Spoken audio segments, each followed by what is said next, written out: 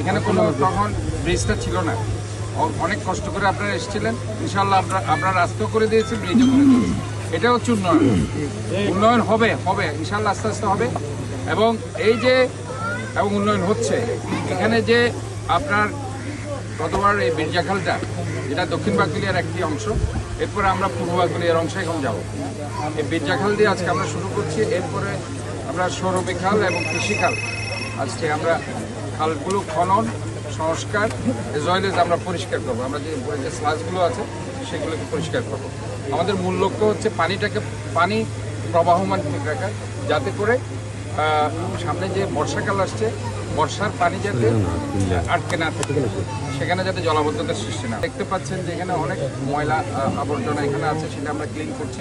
মানে এখানে প্রবলেম হচ্ছে যে আমাদের মূলত সিভিক অ্যাওয়ারনেস আমাদেরকে ডেভেলপ করতে হবে। আমরা যতই টাকা খরচ করি না কেন, আলটিমেটলি গিয়ে মানুষ যদি সচেতন না হয় তাহলে কিন্তু এগুলো প্রবলেম আছে। আমরা আসলে মূলত হচ্ছে অনেক স্থাপনা হয়ে গেছে খালের উপর। আপনি যদি এটা এভাবে দেখেন, ওই বিল্ডিংটা আমার মনে হচ্ছে খালের উপরে। হিউস্টনে রকিং টেস্টি, সীমানা ছাড়াও নিজেকে হারাও। তা আমরা এই খালগুলোকে, যে খালগুলো আর্মিরা করেছে, তার বাইরে কালকে আমরা বসেছিলাম, আমরা একটা ডিপিপি রেডি করছি। ইনশাআল্লাহ হয়তোবা 21টা খাল নয়, আরও বেশি খাল হতে পারে। এটাই হচ্ছে আমাদের মূল লক্ষ্য। এখানে এমন এমন খাল আছে যে খালগুলো দখল হয়ে গেছে। আমি এদিন চানগাঁওতে ইন্ডাস্ট্রিয়াল এরিয়াতে গিয়েছি, একটা মরাধরা খাল নাম, সেটা সেখানে আপনার বামুনশাহী খাল আছে।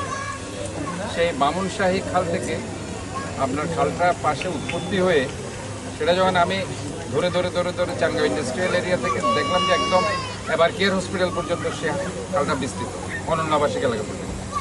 মাঝখানে দেখলাম যে 10 থেকে 12টা প্লট হয়ে গেছে খালের।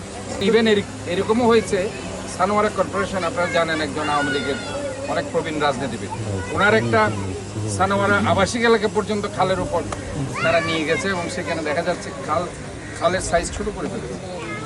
তো এই যে একটা আমরা রাজনীতিকে ব্যবহার করে যারা আজকে খাল দখল করছে, যারা আজকে নদীগুলো দখল করছে, সেই সব কারণে কিন্তু আজকে জলাবদ্ধতা হচ্ছে।